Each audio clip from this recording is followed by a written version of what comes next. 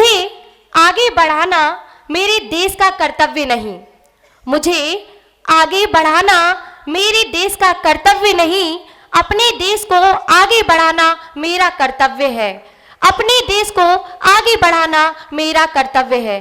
इन्हीं पंक्तियों के साथ अब मैं हमारे माननीय अतिथि महोदय श्री गौरव सिरोठिया सर को मंच पर आमंत्रित करना चाहूंगी कि वो मंच पर आए और हम सभी के समक्ष आज इस उपलक्ष्य पर कुछ अपने विचार प्रस्तुत करें। आज के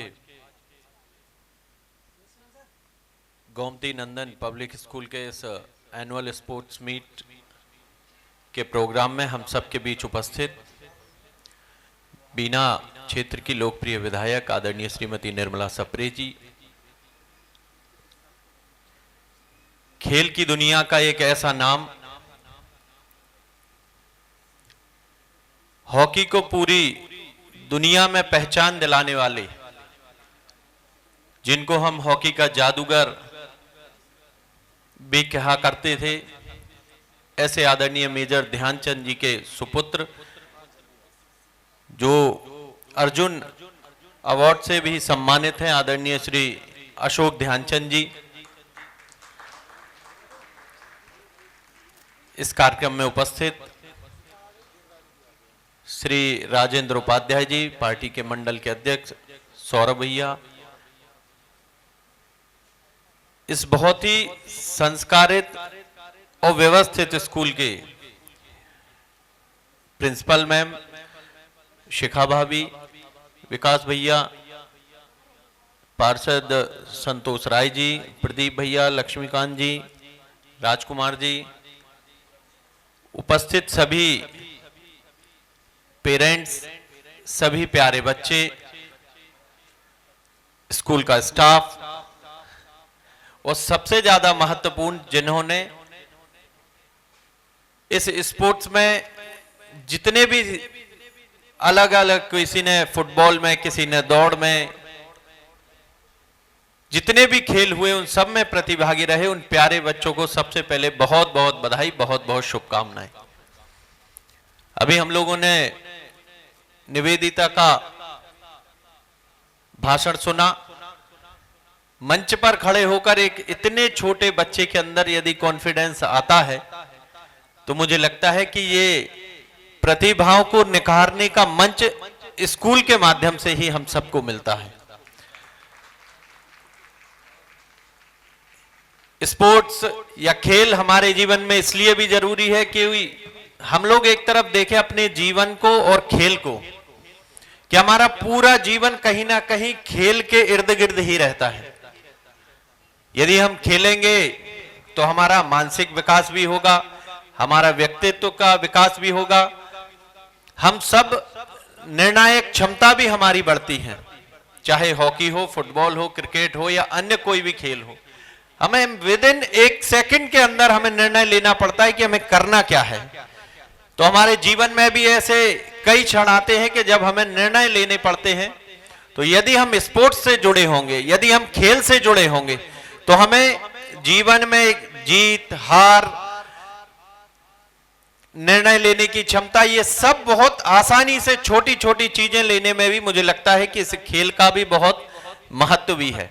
लेकिन आज के परिवेश में मैं कहूंगा कि यदि देश को मेजर ध्यानचंद की जरूरत होगी तो वो ग्राउंड पर यदि हॉकी खेलेंगे तभी वो ध्यानचंद जी हम सबको मिल पाएंगे। मोबाइल में कभी भी हम ध्यानचंद को कभी पा नहीं पाएंगे।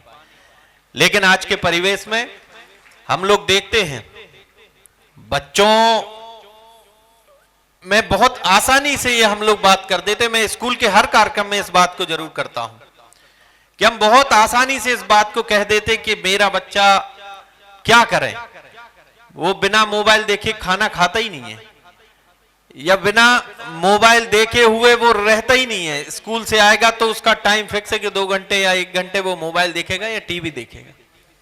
और इसको हम बहुत आसानी से, इतने साधारण तरीके से, इतने साधारण लहजे में उसको डाल देते हैं कि उसकी आदत हो गई है। मुझे लगता है कि जब मोबाइल नहीं भी थे तब भी परवरिश होती थी, तब भी बच्चे पढ़ते थे। और आज की अपेक्षा ज्यादा बेहतर तरीके से उस समय बच्चे आगे भी बढ़ते थे और आगे बढ़ते भी थे और पलते भी थे। तो मैं सभी पेरेंट्स से भी ये बात कहूंगा, क्योंकि मैं भी एक बच्चे का पिता हूं, मैंने भी इस बात का अनुभव किया।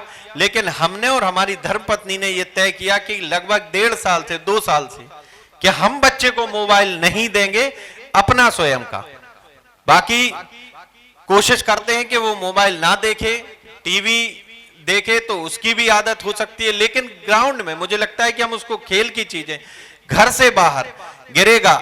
आज ये भी कई चीजें पेरेंट्स के मन में आती हैं सर, कि बच्चा ग्राउंड में गया तो पूरे समय बच्चे पर नजर होनी चाहिए, वो गिर गया, यदि कहीं कट लग गया या छिल गया, तो इस डर से बच्चों को बाहर निकालने के लिए कई पेरेंट्स इसमें डरते हैं।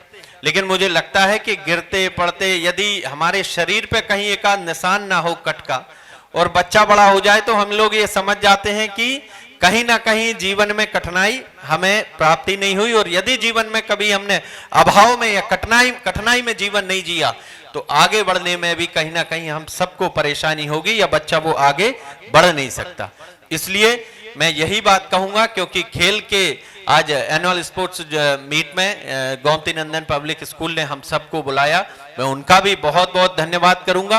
और बच्चों से और पेरेंट्स से आज के दिन केवल एक ही बात करूंगा कि कम से कम 2 से 3 घंटे का समय हम ग्राउंड पे या अपने घर के आसपास कोई गार्डन हो या ग्राउंड हो, कहीं ना कहीं बच्चे को ले जाके फुटबॉल खेले, दौड़े, घूमे, कुछ ना कुछ करे, लेकिन ग्राउंड पर जरूर वो अपने बच्चों को लेकर जाएं, खुद साथ में जाएं, समय निकालें, क्योंकि यही भारत का भविष्य है। ये यदि उज्जवल होंगे, ये यदि सशक्त होंगे, इनकी यदि परवरिश अच्छी होगी, तो हमारे भारत का भविष्य भी सुधरेगा। बहुत बहुत धन्यवाद। जय हिंद, जय भारत। जोरदार तालियां होना चाहिए हमारे सर के लिए, जिन्होंने इतनी मोटिवेशनल स्पीच दी और इतने सुंदर विचार प्रस्तुत किए। तालियों की गड़गड़ाहट थोड़ी कम थी, एक बार और हो जाए जोरदार तालियां।